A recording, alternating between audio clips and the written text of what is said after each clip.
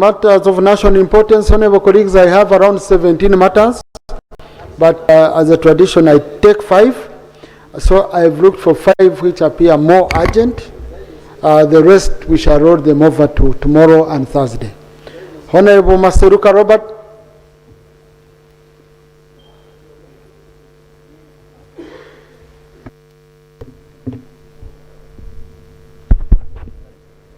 Thank you, Right Honorable Speaker. Mr. Speaker, today I rise on a matter of urgent national importance concerning the safety of railway crossings. On July 10th, this same year, our nation mourned a tragedy that happened in Chetume, Katosi Road, where we had a collision of a bus and a train, leading to a loss of 1 teacher and very many students being injured in the same bus. Right Honorable Speaker, even when statistics show, for those that were on ground, that the cause of this was because of failure to follow traffic instructions, we cannot continue to accept these collisions as inevitable accidents. In many parts of the world, Right Honorable Speaker, railway safety is treated with absolute priority. Governments treat the railway corridor. Honorable, these matters are for 1 minute. Yes. It's not conclude prayers. Thank you.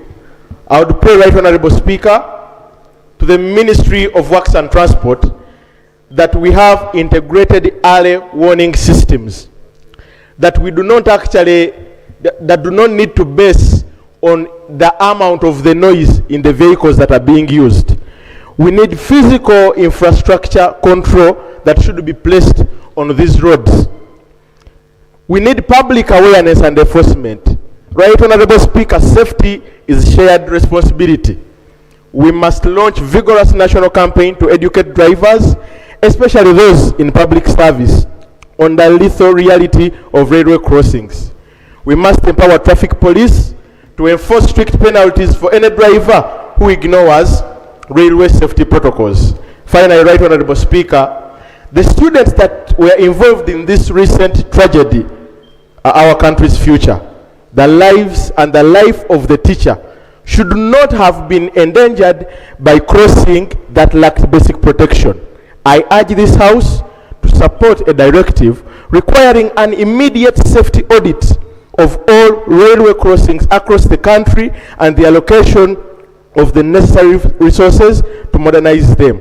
We must act today so that no more families have to endure the pain of such preventable loss. Thank you, Right Honorable Speaker. Thank you. Now, colleagues, the language of directives is not for us here. Okay, how do I direct people I don't appoint and I don't supervise? That's why you again come, you say, you issued a directive, it wasn't implemented, but I don't have a capacity to say, okay, I fire you.